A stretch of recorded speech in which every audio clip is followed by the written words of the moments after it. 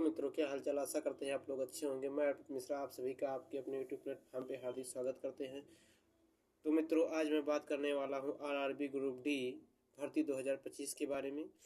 इसके बारे में मैं चर्चा करूंगा कि ये भर्ती क्या होती है, इसकी एज लिमिट क्या है, शैक्षिक योग्यता इसकी क्या क्या है, सब्जेक्ट कौन कौन से होते हैं, इनमें कौन कौन से प्रश्न पूछे जाते हैं, किस नंबर के प्रश्न पूछे जाते हैं, किस सब्जेक्ट से कितने नंबर पूछे जाते हैं, इन सब के बारे में जानने की कोशिश करेंगे। कितने समय का ये प्रश्न पत्र होता है, कितने नंबर का यह प्रश्न पत्र होता है, नेगेटिव मार्किंग क्या होती है, इन सभी के बारे में जानने की कोशिश करेंगे।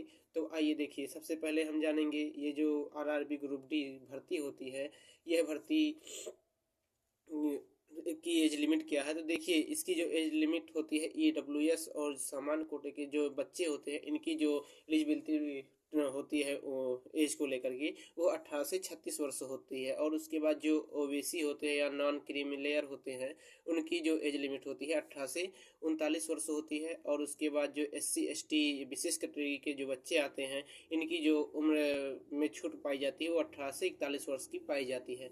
अब देखिए, शैक्षिक योग्यता क्या क्या होती है, इनके बारे में जान लीजिए। ये भर्ती जो आरआरबी ग्रुप डी 2025 की जो नई भर्ती आने वाली है, इसमें शैक्षिक योग्यता कौन कौन सी, इसके बारे में जान लीजिए। क्योंकि आप लोग ये शैक्षिक योग्यता अगर आप पूर्ण करते हैं तो आप इस भर्ती को पाने के लिए एलिजिबल हो जाएंगे, भरने के लिए एलिजिबल हो जाएंगे। और ये भर्ती जो है ये 10th पास की भर्ती होती है, अर्थात ऐसे बच्चे जो किसी कारणवश या उनका पढ़ाई में मन नहीं लगता था या आर्थिक स्थिति कमज़ोर होने के कारण जो बच्चे ये पढ़ाई आगे तक नहीं कर पा रहे थे, अगर वो सरकारी नौकरी का सपना देख रहे हैं तो आज ये जो भर्ती है के बारे में बात कर रहे हैं, ये भर्ती आप लोगों को एक सुनहरा मौका सरकारी नौकरी के लिए बेहद साबित होगा।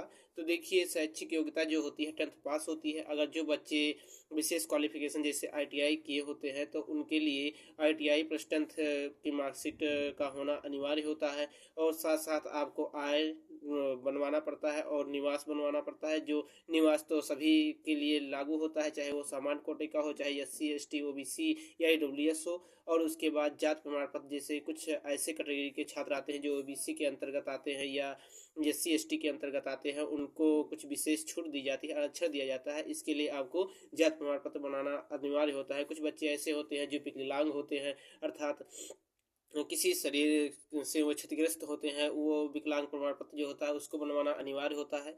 और साथ साथ EWS जो सामान्य कोटि के आर्थिक स्थिति से कमज़ोर जो बच्चे हैं या छात्र हैं, उनके लिए EWS बनवाना होता है, अर्थात वो 1 वर्ष का मान्य होता है।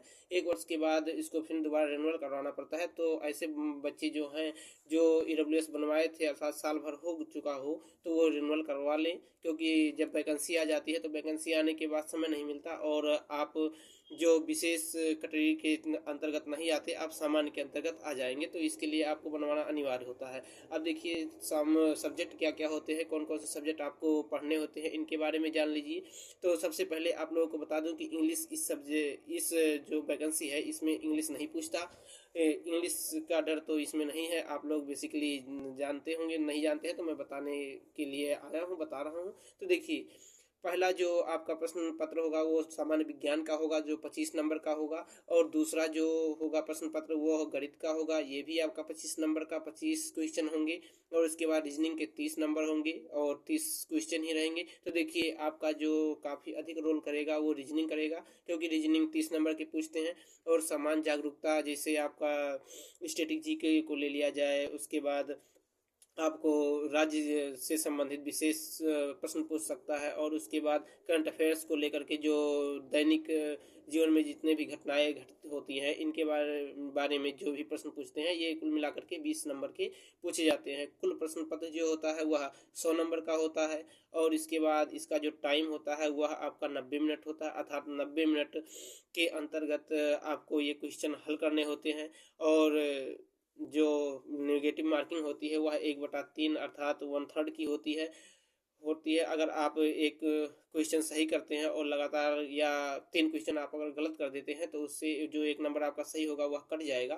तो ये आपको जानना अनिवार्य था। तो आप लोग जान चुके हैं जो सब्जेक्ट होता है वह 100 नंबर का होता है। इसमें सामान्य विज्ञान, गणित और उसके बाद रीजनिंग और करंट अफेयर्स। तो देखिए रीजनिंग जो है वो आपका तेज ही हो जाएगा। अगर आप गणित तेज, आपका गणित जो तेज है तो जो रीजनिंग होगा, रीजनिंग सब्जेक्ट आपका तेज हो जाएगा। तो इसमें कोई बात नहीं है। कुछ आपको मतलब सामान्य विज्ञान जो सामान्य स्तर से पूछा जाता है इसके बारे में जानना आपको अनिवार्य होगा, अर्थात आवश्यकता पड़ेगी। और उसके बाद देखिए सामान्य जगह करंट अफेयर्स जो है 20 नंबर का पूछता है। अब देखिए कटाप को लेकर के अगर आप 80 से ऊपर कटाप लेकर जाते हैं, अर्थात 80 से ऊपर नंबर आप लेकर के अगर आएंगे तो आपके लिए इस भर्ती में आप ये मान के चलिए आप इसके अंतर्गत आ जाएंगे। तो आप ये मान के चलिएगा कि 80 नंबर आपका सही होना ही चाहिए। अगर देखिए 75 से 80 के बीच में भी आप पा सकते हैं, लेकिन आप 80 से ऊपर क्रॉस किए रहेंगे तो आप के लिए कोई डर नहीं रहेगा और आप इस भर्ती को पा सकते हैं।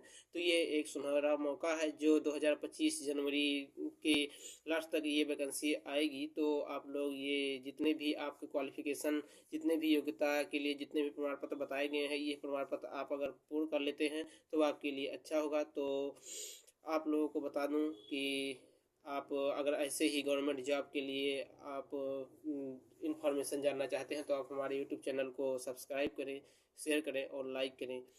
धन्यवाद। आपका दिन शुभ हो।